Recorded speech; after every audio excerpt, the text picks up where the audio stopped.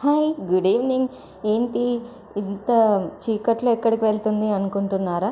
చెప్తా.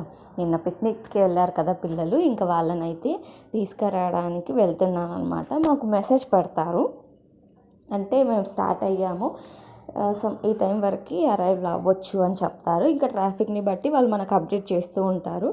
నేను అలాగే అనుకున్నాను. ఇంకా 6కి రమ్మని మెసేజ్ పెట్టారు. ఇంకా అప్పటికప్పుడు మా చిత్తల్లిని లేపి మేమిద్దరం అయితే బయలుదేరామన్నమాట. 6 కాబట్టి అందరు డోర్స్ వేసుకొని ఉన్నారు. ఆమెను ఒక్కదాన్ని వదిలిపెట్టలేను, భయం వేస్తుంది కాబట్టి. ఇంకా మేము వెళ్ళడం ఎగ్జాక్ట్లీ బస్సు వచ్చింది. నేను ఇదే ఫస్ట్ బస్ అనుకున్నా మాదే, కానీ ఇది థర్డ్ బస్ అసలు యాక్చువల్లీ. దానికి ముందు 2 వచ్చి పిల్లలు దిగిపోయారు. ఇంకొచ్చేటప్పటికి చూడండి, ఆయాలు బస్ చుట్టూ, టీచర్స్ అందరూ బస్సు ముందుండి వాళ్ళు డైరెక్ట్ స్కూల్ లోపలికి ఎంట్రీ ఇచ్చేదాకా క్లాసెస్కి వెళ్ళేదాకా లైన్గా ఒక్కొక్కరు నిల్చొని పిల్లల్ని అయితే పంపించేశారు. ఇంకా ఇక్కడ చూడండి, పేరెంట్స్ అయితే జాతరే అనుకోండి అసలు. ఎందుకంటే ఎంత నమ్మకంతో పంపించినా మళ్ళీ ఈవినింగ్ చాలాసేపు అయింది కదా, మన పిల్లల్ని మన కంటితో చూసుకునే అంతవరకు ఆ నిమ్మలం అన్నదే రాదు ఆ దోమలల్లో.